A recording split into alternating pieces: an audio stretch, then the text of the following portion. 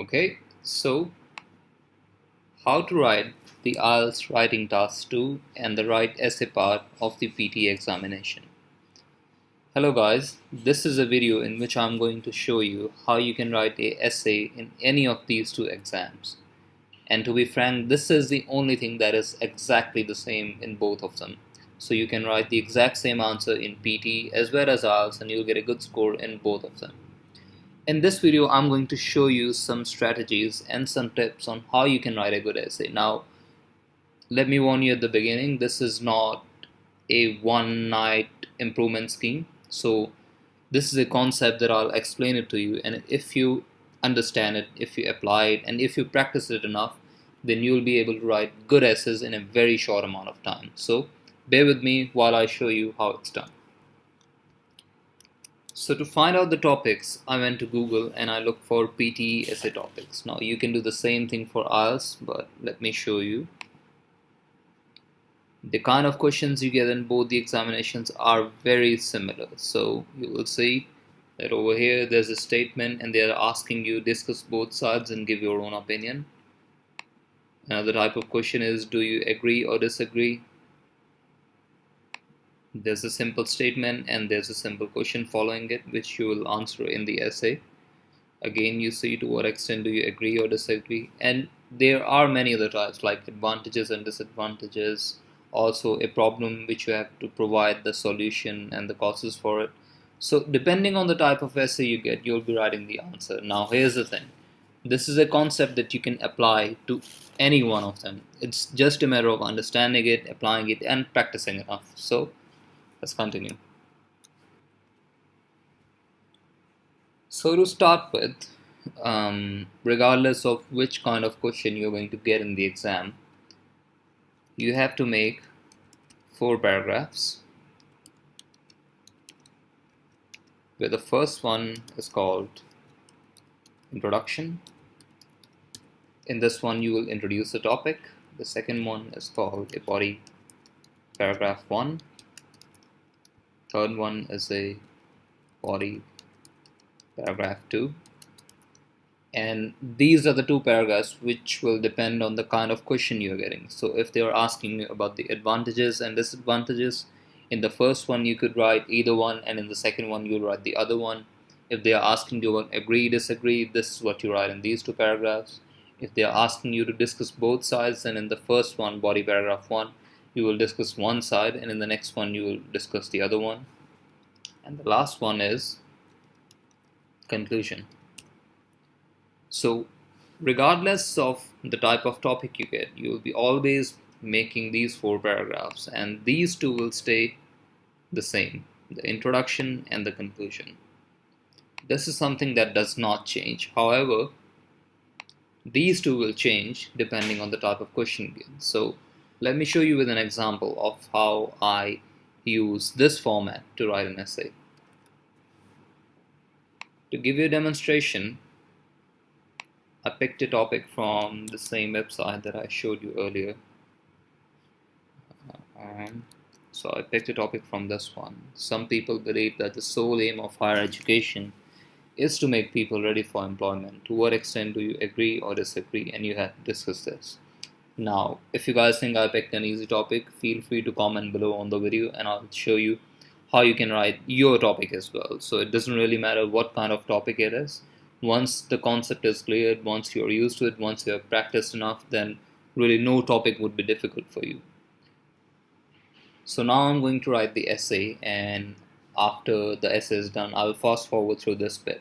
And when the essay is done, I'll explain it to you line by line on what I'm doing in every part. So bear with me.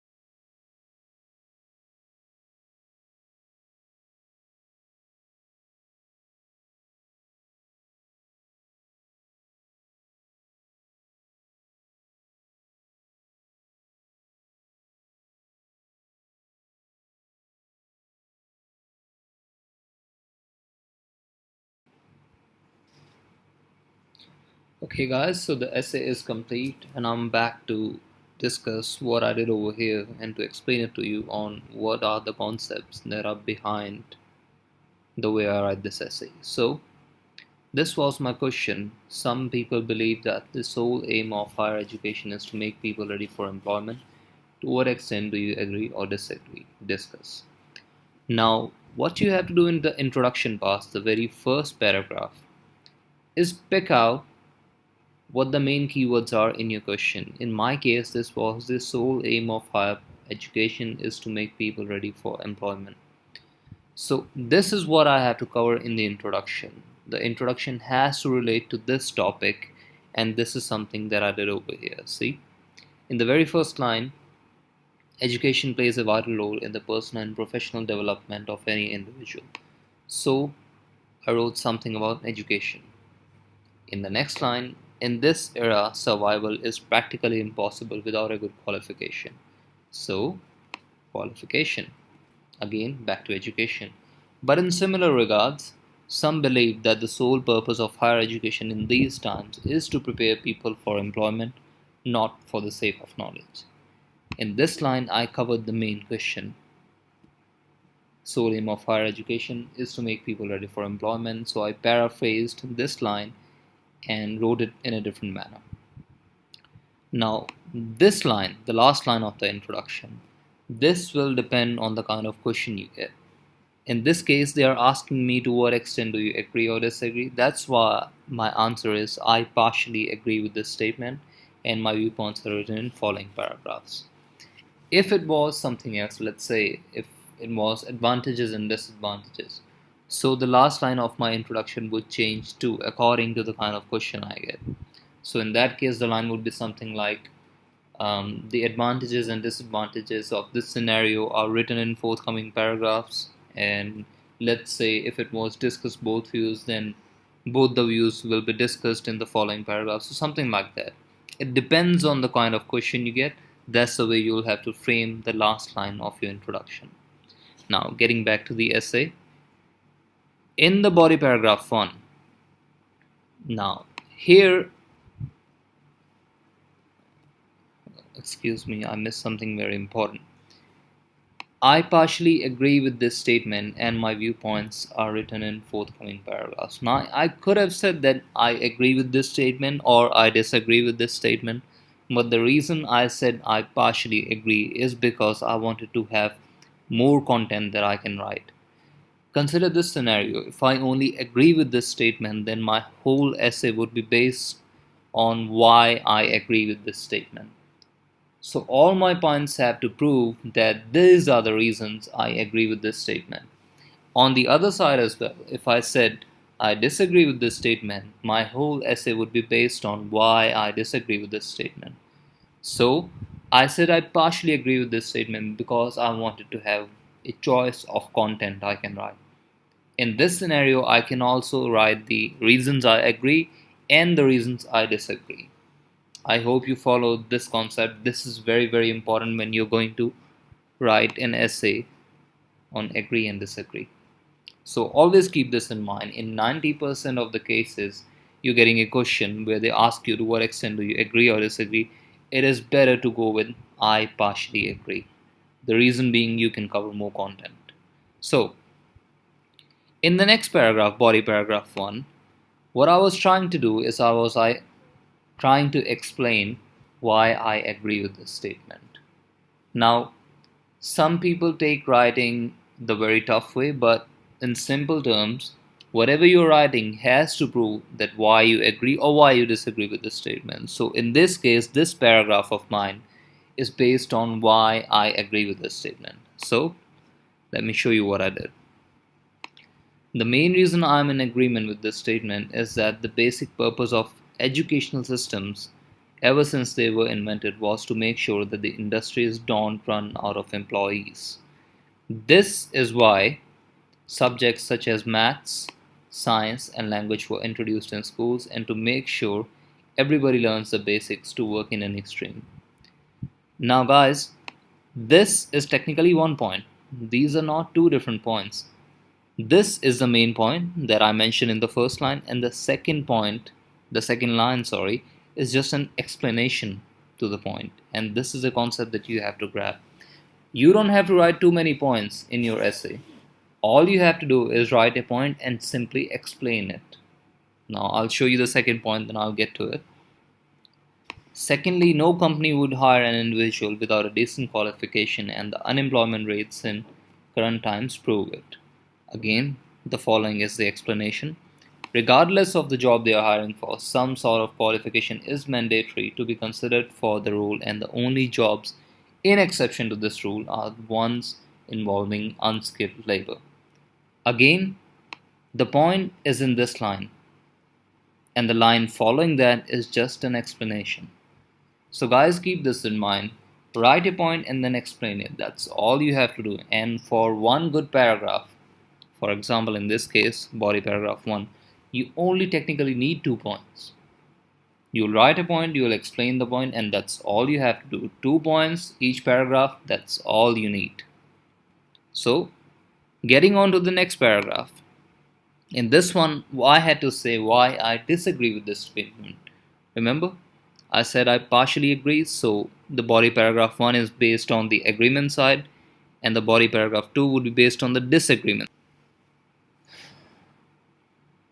So in the next paragraph, body paragraph 2, what I'm trying to do is write down the points why I disagree with this statement. So, on the other hand, colleges and universities nowadays cover a lot more streams than they used to in the past. Again, this is the point, and this is the explanation. Subjects and courses relevant to fields such as arts, music, dance are common in most institutions, and this proves that even authorities focus on things apart from just the basics. Again, I wrote a point and then I explained it in the next line. So keep this in mind. Very, very important. Next part, passion and interest are kept in mind too, so students can pursue what they like, not just for the employment, but to enhance their knowledge and skill. Okay. Additionally, the top universities offer the opportunity to contribute towards significant research projects involving funding worth millions, where the aim is not only employment, but to build a better world for the humanity. Now again guys, point, explanation, point and explanation. Just keep that in mind and you won't go on. And the last paragraph, which we call conclusion, this is the part where you say what you feel about the topic in terms of the future. So here in introduction, we were writing about the topic in the present times of what it is like now. In the conclusion, you will write about the same topic, but this has to be based on the future. So let me show you. To conclude, although education system and institutes focus on industry employment while designing the curriculum and syllabus, this is done to fulfill the basic need of survival. A multitude of subjects and courses not relative to employment are open for everyone to avail, and in my belief, this is done to serve a bigger purpose, to learn, grow, and evolve. So guys, introduction, you talk about the topic. In the body paragraph 1, depending on what kind of question you get, you cover one side of it, or say one view, your agreement side, the advantages, depending on the kind of question you get. In the next paragraph, body paragraph 2, you cover the other side. And in conclusion, you simply write about the topic but in the terms of future. So hopefully this essay would help you guys. Hang on, I'll just zoom out so that you can have a look at the whole thing.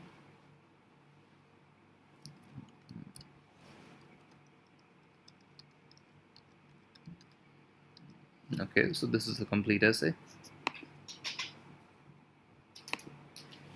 Okay guys, so this is the complete essay. You can have a look over it, and in the actual test you don't have to highlight which part is the introduction, which part is the body paragraph 1, 2 and conclusion.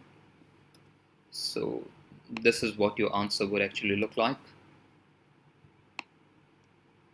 This is the complete answer that you will be writing in your IELTS exam or typing it out in the PTE exam. So yes, one point that I would like to mention is, from my experience of teaching students from the past couple of years, what they write is very similar, so everybody would have kind of the same points, but what brings the difference in band scores is how they write it. So keep in your mind that representation is the key. The way you represent your topic, the way you write it out, is what brings the difference in band scores, so keep that in mind. Just write your topic out well and you'll get a good score. Secondly, I would like to recommend a website that has got a lot of quality content on it, so have a look through it. They have provided a lot of writing tasks to topics and they have written it in a good manner, so have a look over it. If you guys learned anything new in my video, please subscribe to my channel, like my video and share it among others. I'll be making more videos on IELTS and PTE and sharing what I've learned through my years of experience. Plus, if you have questions regarding anything else, please comment and I'll try to cover them too. And I also offer Skype classes, so if you guys would like to try on one-on-one classes, please contact me on my email. It's in the description and I look forward to helping you. Thanks for watching.